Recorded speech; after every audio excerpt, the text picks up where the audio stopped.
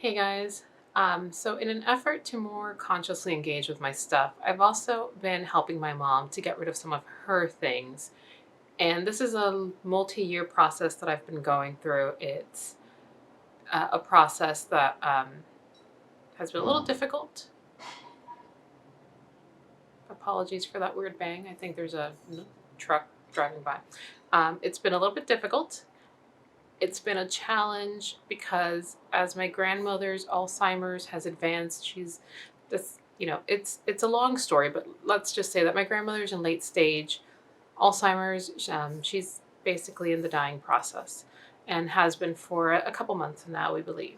We're pretty sure it'll happen this year. But in that process, my mom has, just kind of like, what is happening out there? She has become even more attached to things, I think, as a way of coping, as a way of dealing with change. I know that a big trigger for her was when I moved out. I, I had a bedroom, obviously, like everybody. I moved out when I was 22. No, I don't remember exactly when, but I was in my early 20s when I moved out. And it's one of those things where I took most of the stuff in my bedroom with me. I took my cat, which at first she was like, "Surely you're gonna leave him," and I'm like, "No, he's mine. He's my cat. Like I love this cat. He's my pet." Um, he was also diabetic, and she was convinced that I wasn't going to be able to, administer his glucose and stuff, which his insulin, I mean it, which I was. So in losing, like me from the home and losing my cat from the home, it kind of triggered something in my mom psychologically that she hasn't really been willing to address. Like, there's no way to get her to go to a therapist. I think we're getting a little bit closer. I think she's starting to open up to the idea. She recently had to switch medical providers and is in a new place where they do offer mental health services. And as they've been talking to her about what things might look like when my grandmother passes, she's been willing to consider the idea of therapy. And I'm really hoping that she gets it. I think having someone to talk to that isn't me will help my mom deal with a lot of her own past traumas and address a lot of the baggage that has been leading to the it's not extreme hoarding, but it is a mild case of hoarding that it's been a challenge for me to tackle. And here I have a kitty going through the bags. So what we're getting to today is that in helping her declutter, there was a closet in my old bedroom, which has become the junk room. And there was some stuff in there that still belonged to me. It was stuff that for a period of time I didn't know was around because it was in my grandmother's closet. And when my grandmother's closet got emptied out, she moved it into my old bedroom. So she kept saying, "Well, a lot of this stuff is yours anyhow. It's not my mess." And I was like, "What stuff?" So what I discovered is that she had been keeping toys. Figgy, do not do that. Oh no, he's going right through the tripod. Figgy, leave, please. Hello. Come here. Come here, you bad child. Figgy. If the tripod moves, it's because he's being a bad boy. Infinitely curious. So this video is going to be a mess to edit. He is now trying to get under the bed, so I'm sorry if the tripod shakes. He is being naughty. Anyhow, she kept saying that it was my stuff. I had no idea what stuff she was talking about. The box came out and it was toys that over the years, as I had tried to get rid of them, she would then put them back somewhere else and she would hide them for whatever reason. She used to work with children, so there was a period of time where a lot of my old toys would just go to the school and end up being for the aftercare program because that's where she worked. And this is a thing she had done for, like the 15 years that she worked in the school. My toys were always in great condition, just like, the stuff I own. I tend to keep stuff in good condition. So that's one of the issues I have with decluttering is that when do I say, okay, this is ready to be gotten rid of? Like I literally don't destroy my stuff. I've always been very careful with my things.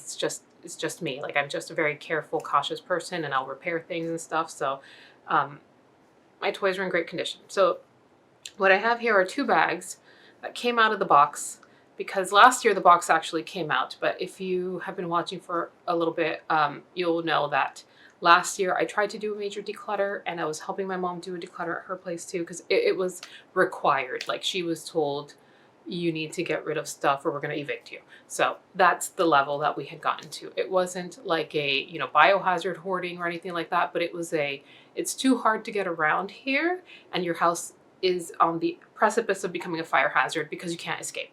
So it was that level of getting rid of stuff. We ended up putting stuff in storage, and stuff came out, and among the stuff was this box.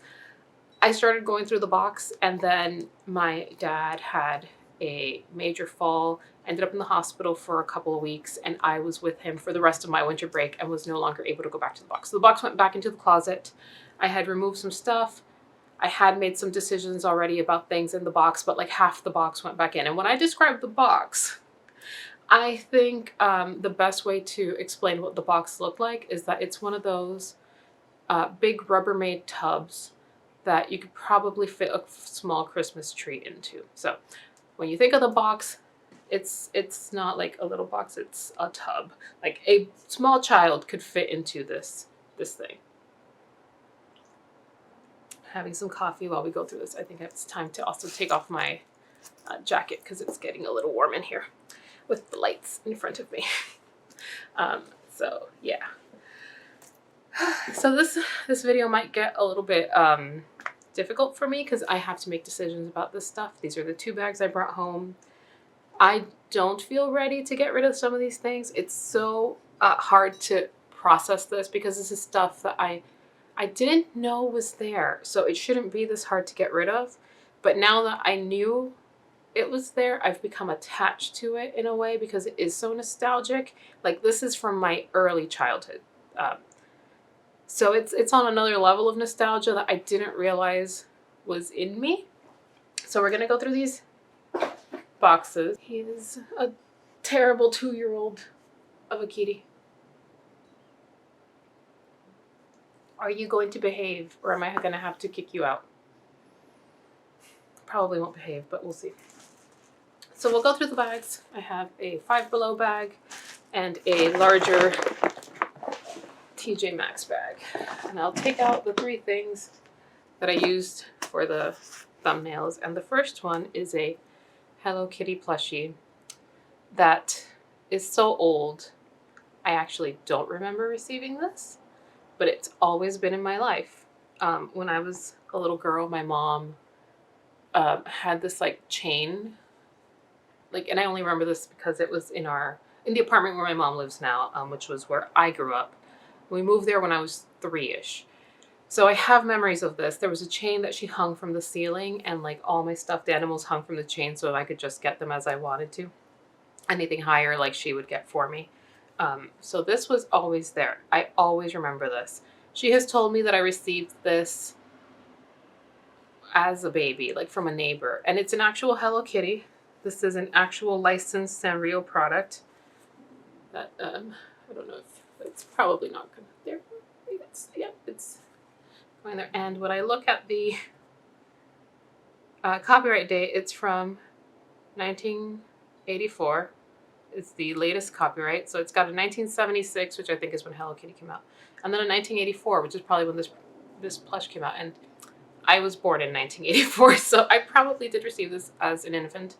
And she's perfect. Like, there's nothing wrong with her. Like, this thing is as old as I am, and she's perfect. And I am weirdly attached to her. I also really like Hello Kitty, so I mean, this is probably where my Hello Kitty obsession came from as a very early child. So I don't really want to get rid of this, and I have a small collection of stuffed animals. I think you guys can see the squishies over on the thing over there, but I have a small little package of stuffed animals in the closet that I know I will have to deal with one day. And a lot of it all goes back to, I often have in the back of my mind, like, I don't want to make a mess for other people the day I die. I know that's grim, but it's a reality. Like I said, we're dealing with seeing my grandmother going, and my grandfather passed 10 years ago, and I had to help out with that process and all the stuff that was in his home that my aunt had to suddenly deal with. You don't receive a lot of time for grieving in this country. Bereavement leave is very short. So I don't like the idea of creating a problem for someone else the day I pass. I also do not plan to have children. That's another conversation. So I have nieces, and it's like, well, will my nieces want any of my junk? Does anyone want any of my junk? Your junk ends up in a landfill, so like it's better to pass it on now. I will be keeping this for now. I know it's a thing I will have to reckon with someday, and I fear that that's going to happen with a lot of the stuff in this. There is some stuff that I could probably sell, but I hate selling things. Like, I just, not because I hate like the idea of somebody buying the stuff. Like, I hate the idea of basically having a storage unit type situation for things that are being sold. I used to sell old books. And by old books, I mean like books that I used to buy, read, and then sell back in the day when like selling used books was worth it. And I remember having like to keep the inventory box in order to be able to sell this stuff. So that's one of the things that keeps me from selling it. But I know that there is stuff here that collectors would want. But she will stay for now. I'll put her over here. Obviously, like finding a place for this stuff is really like triggering to me at the moment. Okay, so here we have these things. These are not in their boxes because I don't have, but these I actually played with as a kid. So these are my American Girl collection. I have a big Felicity doll that I got as an adult because this is all we could afford when I was a kid with the little mini dolls. And these were like also like an indulgence. So I am keeping these. I'm not getting rid of these, but I used to have these on my bookshelf when I was, growing up. I think I got these when I was like in middle school or something, like maybe high school. I was slightly older by the time I got the little dolls. So the minis came out when I was a little bit older. But I do have the books to go along with them. Two of them are here. We don't know where Kirsten's collection is. We have to find that. She was actually my favorite, and Samantha. Like, these two were my favorites. That's why I had these dolls. I also had an Addie doll, but she might be somewhere else in here. Like, I don't know where Addie is. She might be in here.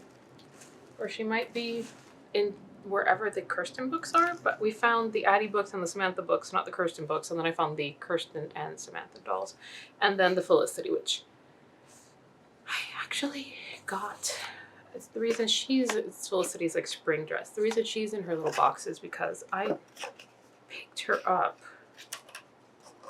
in New York at Pleasant Place, if I recall correctly. Like back in the day, like the American Girl doll. Like when I first started going out with my partner, 2007. I got this in 2009 actually. The copyright is 2007. So we we went to New York on our like first like week of dating, and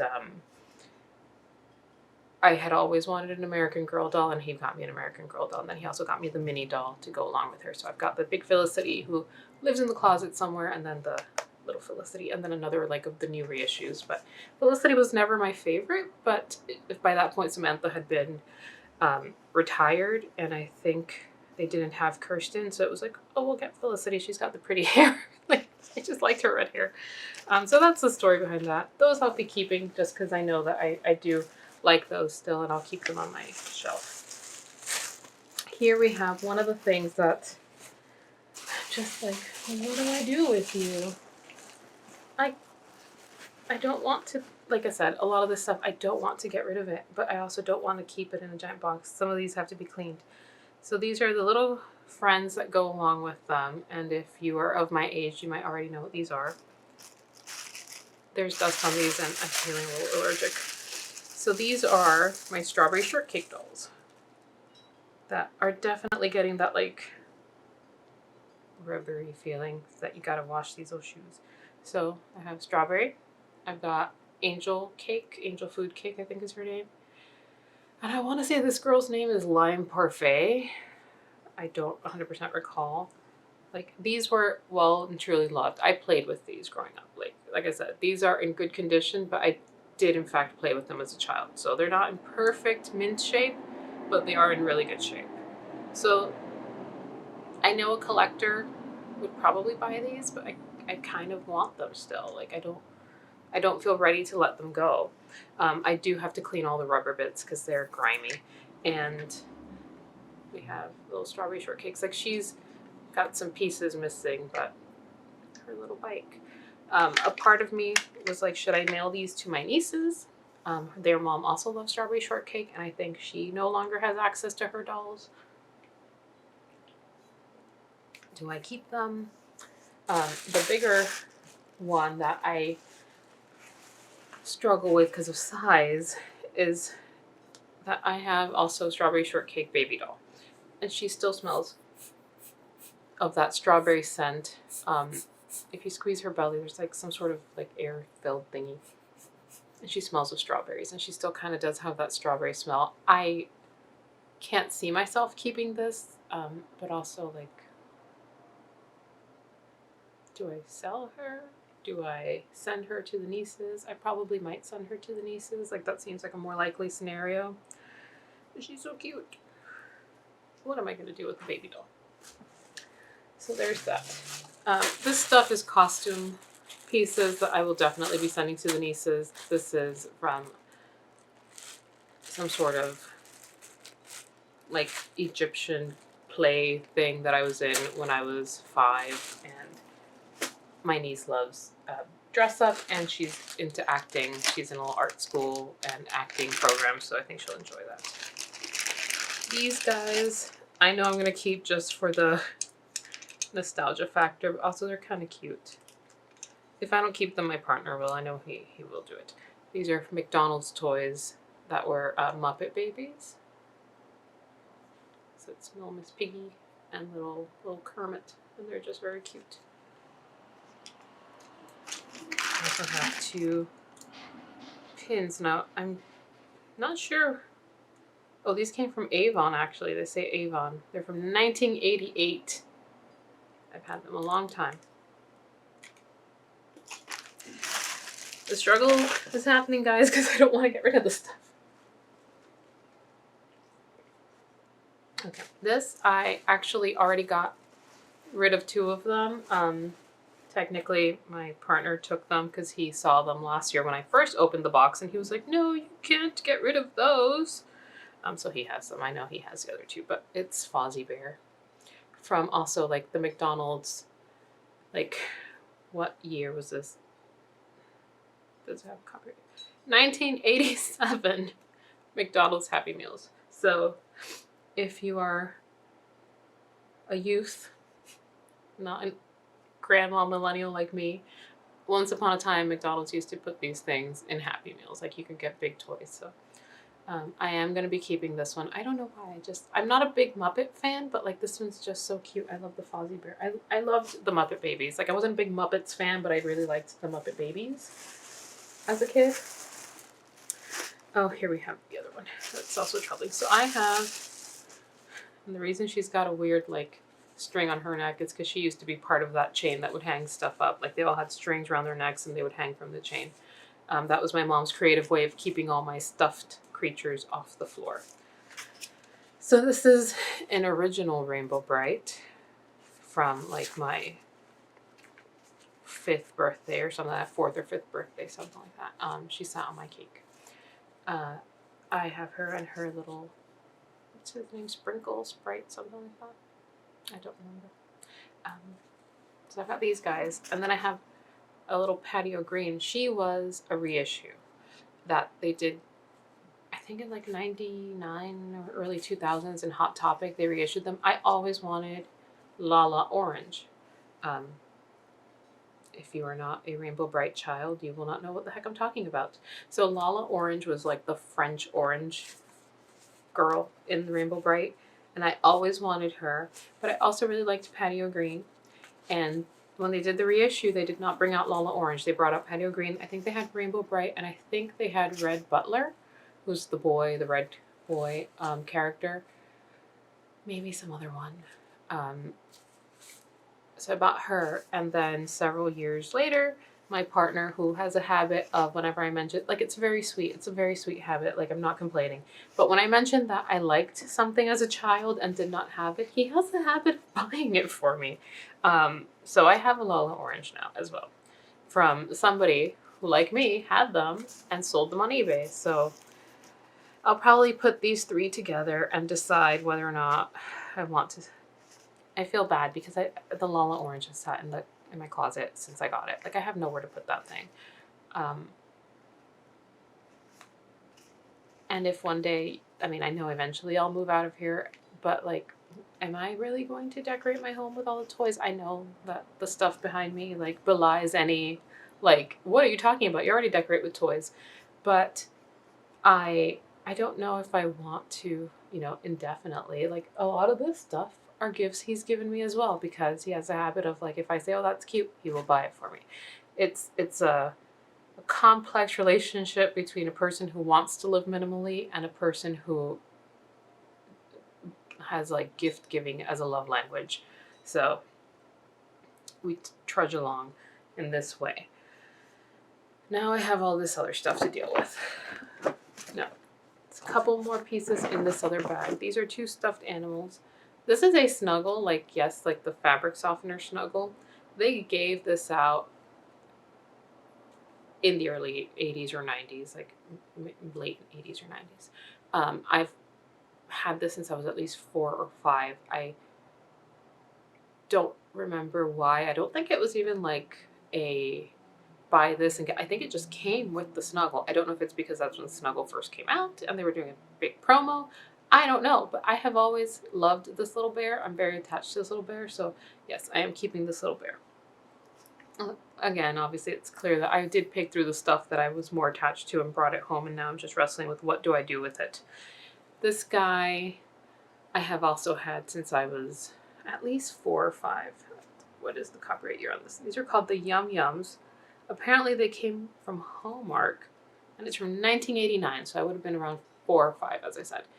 I always loved this guy. He's got jelly beans on his belly. He's just so cute. Like, I love, he's so bright pink. And this is also one of those things that smelled like candy. His nose still has a faint whiff of it. So, like, they smelled like whatever it was. Like, there was a lot of, like, scented toys in the 80s.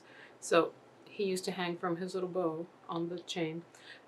He was always pretty low, so I could reach him easily because I liked playing with him. So there's like a little mark on his nose there.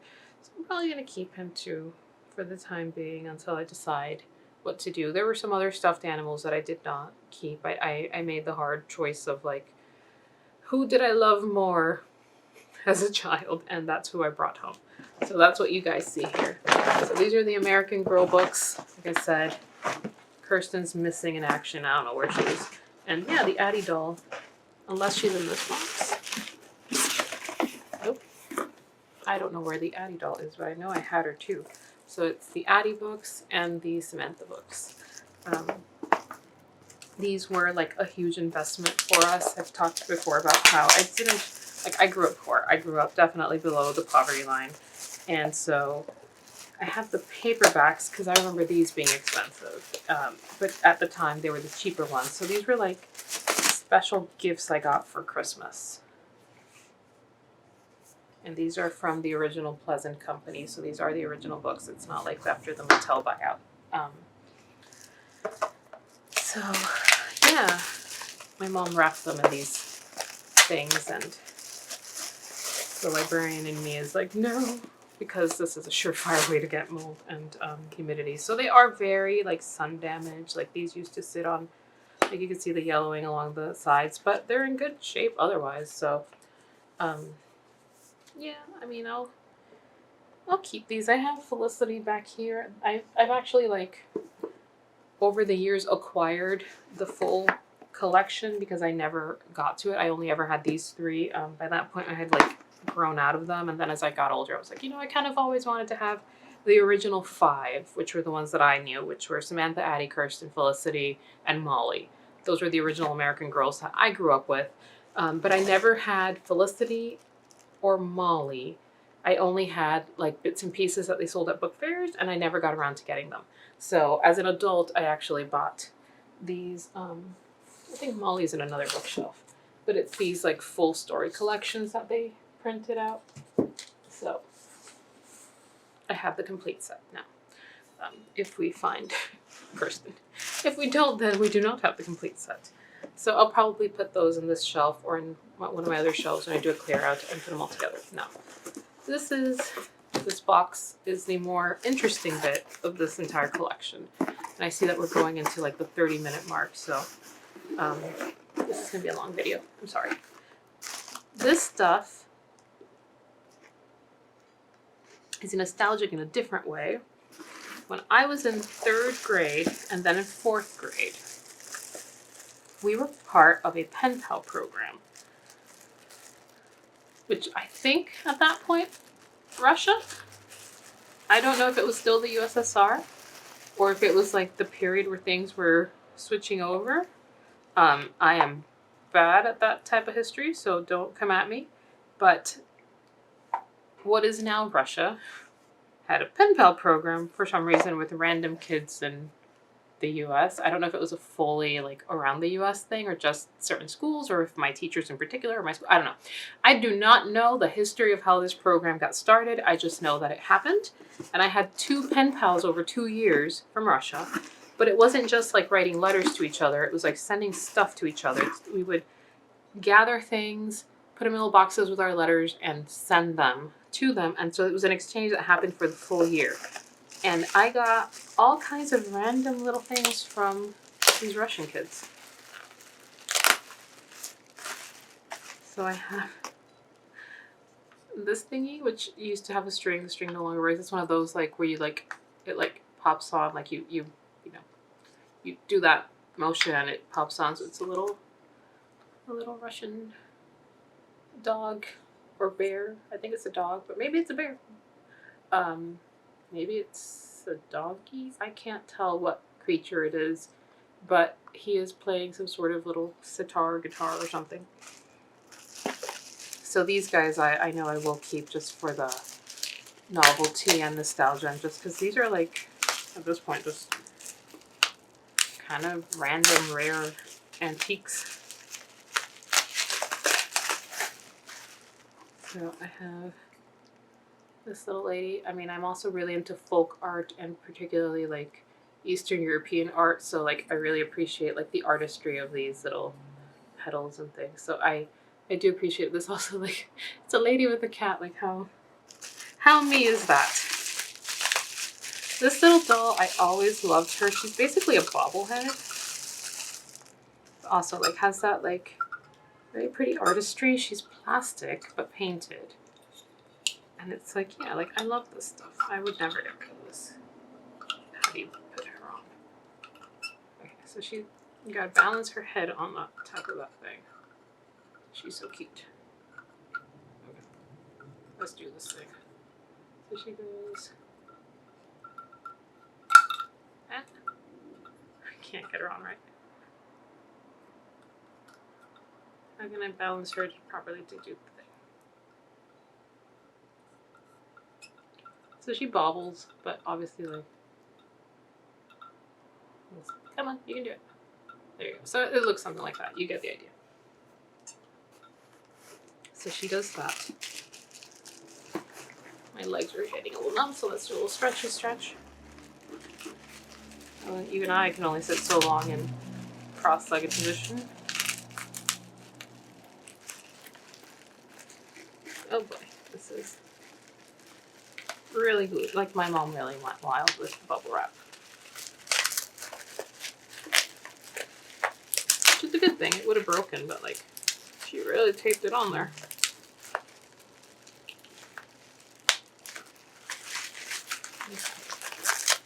This is very wrecked. It's coming out. This is a whistle. It's a little bird whistle. Kind of does the thing.